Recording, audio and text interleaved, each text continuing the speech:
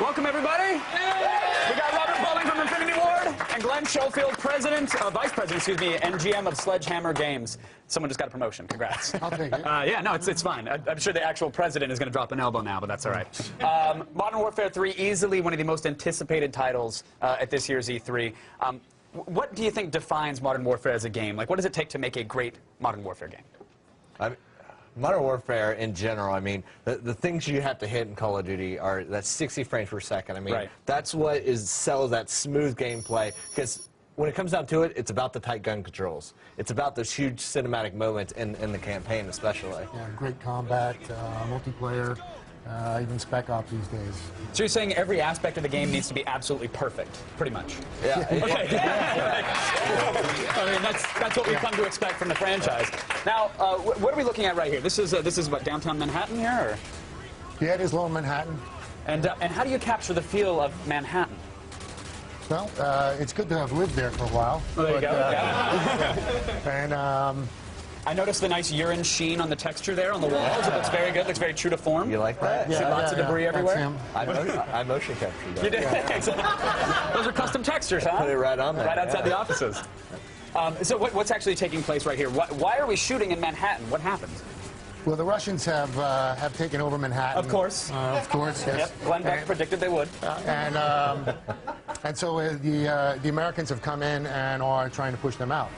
Yeah, you got to think that this picks up right after Modern Warfare 2. So if you remember at the end of the game, the state of the world has changed. DC is burning. Task Force 141 is either dead or on the run. And now we're picking up after that. The conflict has expanded up the eastern seaboard. And that's what you're seeing here. What I love about this is it's taking those huge moments and it's now in the major cities. I mean, we're not fighting on the outskirts. We're not fighting in the undescript desert locations anymore. Right. We know exactly where we are. Yeah. And there's a Wetzel's Pretzel around the corner, which we can probably explore as well.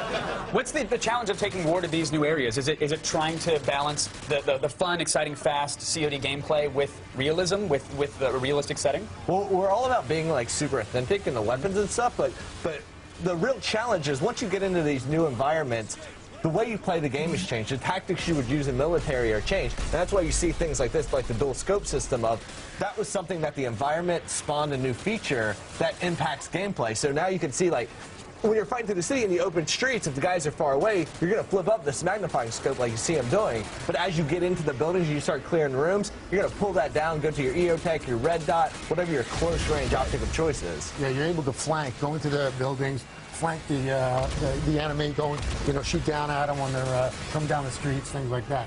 So you choose where you want to go, how you want to do it. And that doesn't seem fair exactly. The enemy is rolling up in an Apache, and you've got a fire hydrant to take cover. That doesn't exactly seem right. Well, you're Delta, you make do. Yeah. Now, on the single-player side of things, is it entirely single-player? Is there a co-op aspect to it as well? And on the campaign, it's single-player. Single-player. We're bringing back Spec Ops in Modern Warfare 2, or Modern Warfare 3, that brings co-op into the game in a big way. I mean, we have our classic mission modes that we introduced in Modern Warfare 2, but now in Modern Warfare 3 we have survival mode, which is endless waves of enemies. You have unlockables, you have kill streaks you can call in, different types of units. We're blowing out the co-op in this game. Do I still have to cry for the first 15 minutes until I get the red dot sight? Iron sights do not do me well. What's the difficulty in, say, trying a new feature, trying a new approach to the game, but not wanting to alienate, the old fan base? I think that's one of the good things with the Spec Ops now is a lot of the maps that you're going to be playing in Spec Ops are going to be ones that you're going to see in multiplayer. So if you want to go in with your pal and just kind of learn the tactics or learn that map, you can learn it in Spec Ops, then go into multiplayer and maybe not get worked as well. Yeah. The key is just, listening to that core audience. I mean, we're out there, we're on Twitter, we're on everything, hearing what they're saying. I mean, that's why you're seeing us bring back some classic guns like the old COD 4 MP5 that people love that model. Yeah. So we're bringing that back, we're updating it visually, and then, advancing and listening to watching how our players play the game and innovating on the gameplay with stuff like the dual scope system or the XM25 that you'll see here in a bit. Are you? You're not listening to any gamers on MySpace, right? I'm just saying you could transition them over to something else. That guy's not doing any work. So what's happening right here? We escaped the helicopter. We're now inside a building, and we're just throwing grenades in rooms. Well, this is actually what they call a 9-bang, and it's a 9-bang. Is it 9-banger? Okay. Yeah, Did you back to college? Love it. Well, we just did. Yeah. Well, sorry. Yeah, this is some of the stuff that we found out that they really do use. The Delta or any of the Spec Ops guys do use. So that's one of the things that we try to get is make sure that we're using stuff that they are really using or about to use. So they don't use a flashbang anymore. They use a 9-banger. Interesting. Yeah. So you have sit down. You guys have a chat at an In-N-Out with actual soldiers about what they're using, or do you get to go hang out on the front lines for a week and take some notes? Well, I haven't done the front lines yet, but I have been down at some of the Marine bases and things like that. In-N-Out, we'll have to try that. Yeah. A little burger and talk about 9-banging. Yeah. Now you mentioned that you brought the one of the guns back, and of course it's glossied up. It looks a little nicer. What other improvements to like the core engine can we look forward to? Animation systems, AI, Audio. all new, really? Yeah. A lot of audio stuff, stuff like whiz-bys on the bullet so you can get direction, things like that. Updating it just so we can maintain 60 frames per second and get these huge scales. Like you're seeing in New York City, massive skyscrapers, these massive levels, but keep it running at that smooth, super fast, super quick 60 frames per second. Yeah, a lot more textures you'll see in the world. Obviously, when you have skyscrapers and all that kind of detail that we have in the levels, we've had to add a ton more textures in there, of course upgrading the engine in so many ways, like you said, with the animation systems. Yeah, absolutely. And any crazy unlockables, any extra RC cars or remote boats? What do we got? In multiplayer, we got a lot of really cool stuff. We're too early to dive into those details yet. Spec Ops, we're bringing What's on in the a lot whiteboard? of Just it. give me some bullet points that might be on the whiteboard. They don't have to be coded yet. I'm just curious, looking down the road. Hot air balloon? Oh, Wow, that's I good. like that. I'm just saying, 20 kill streak, you Right, get a I point. like that. Yeah. The Goodyear variety drops the bomb. Wow. It looks so good. Let's tell me with Modern Warfare 3 though, is there a single challenge that you guys we have to overcome this? Is it adding stuff and keeping it 60 frames? Is it appeasing the old fan base? You know what it is coming into Modern Warfare 3, I mean, we have like nearly 30 million players. Right. So it's really looking at, as you said, how can we make a game that our core fans are going to love? But at the same time, give our new fans a place that they can enjoy the game the way they like. I like to look at it as we're giving you a platform to have fun the way you like to have fun, and let's give our players the place to do it. You know, you have your co-op and Spec Ops, you have your cinematic single player, and multiplayer, we're doing a lot of things to really allow you to customize the game and have fun the way you want to have it. It's really something for everyone. There's really so many people playing the game. We do have to bring so much to the table. Are the good guys going to win?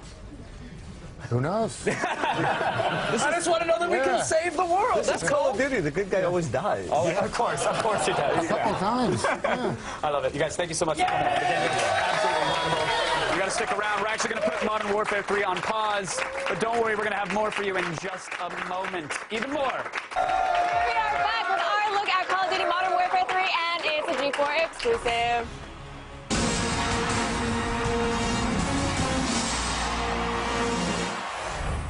And once again, we are lucky enough to be joined by Infinity Ward's Robert Bowling and Glen Schofield. Thank you guys so much for sticking around and bringing us some more gaming. So Modern Warfare 3 is very anticipated. Yeah, I hope so. Yeah. We will just put it like that. Does that make you guys nervous? I don't know if it makes us nervous because we simply, it's all about putting your head down and focusing, and like as long as you're in tune and you're listening to what your people are saying about your last games and about what they want in the future, it kind of calms you a bit. Yeah. All right. I'm not trying to make you nervous or anything, but everybo's paying very close attention to everything that you're doing. I'm just pointing that out. Yeah. It's good for us to be paranoid when we're making a game. Okay. And so what are we looking at right now? Oh, you guys can't see. You can turn it on. There you go. There we are. Oh, yeah, we're on top of the stock exchange where we have to take down this communications tower. And we seem to be doing a pretty good job of it. Awesome. Good. Yeah, this was the major objective in this mission that Delta moved in to take out this comm tower. That was basically blocking us from getting communications and more support into New York City. So how accurate is New York City? It's pretty accurate. I It mean, is? it's about as accurate as we can get. You know, we use different maps. We go down. We've got photos. We as accurate as we can possibly get. We try and get you know, with the street signs and what the buildings look like and. Down to the brick and even where, you know, manhole covers are. You know, we focus on being very authentic, but what you want to do is once you have feet on the ground and you're getting all that reference photo, you really have to filter that through a gameplay lens. So you go in, you're like, okay, these are awesome, very authentic environments. Now let's, you know, make sure we have the cover points, make sure we have the areas, the routes for the player that you can go through and have a fun time fighting in that area. Right, because it's not necessarily a fun map if it's actually the map of New York. Exactly. Yeah. If the street is too narrow, it's not going to be. So Right. we'll do little things like that. And so we're actually going to take a look at something that I'm kind of excited about, a grenade launcher. A girl loves a grenade launcher, what can I say? But this is But first we got to take out that helicopter. We got to take care of some business first. Yeah, that was the Reaper. And this is the XM25. Okay. So the XM25, what it does is it lasers a sight. So these guys are like hiding behind something. And what it can do is it will shoot the grenade above them and explode right down on top of them. So there's no place to really hide with this thing. Yeah, this is an awesome byproduct of just modern warfare. As we're fighting these more urban environments, you know, they're posting up in windows, they're posting up behind concrete walls that, you know, sometimes you don't get penetration through. So with the XM25 is great because it will actually calculate that big old sight you see, will actually program the round to explode 1 meter past that cover point. So you don't have to sit there and figure it out yourself. It figures it out for you. Yep. Luxury modern living. I love it. And so what also has been kind of striking so far that we've seen, there's a lot of verticality. Not just, you know, in the helicopters right now, we're on the side of a helicopter, I believe. But there's also, like, you can fight from the tops of buildings. I mean, was that a challenge to kind of bring sort of verticality to the game? It was a challenge, but it, you know, it was just, it's part of being in New York. You know, you have to do that. We have to be able to go on top of the buildings and see what's around. And going into the helicopter was just something we all wanted to do. You know? Fight through the city streets of Manhattan in a helicopter. Okay, so walk us through what we're doing right here. I mean, we're covering a lot of territory through New York.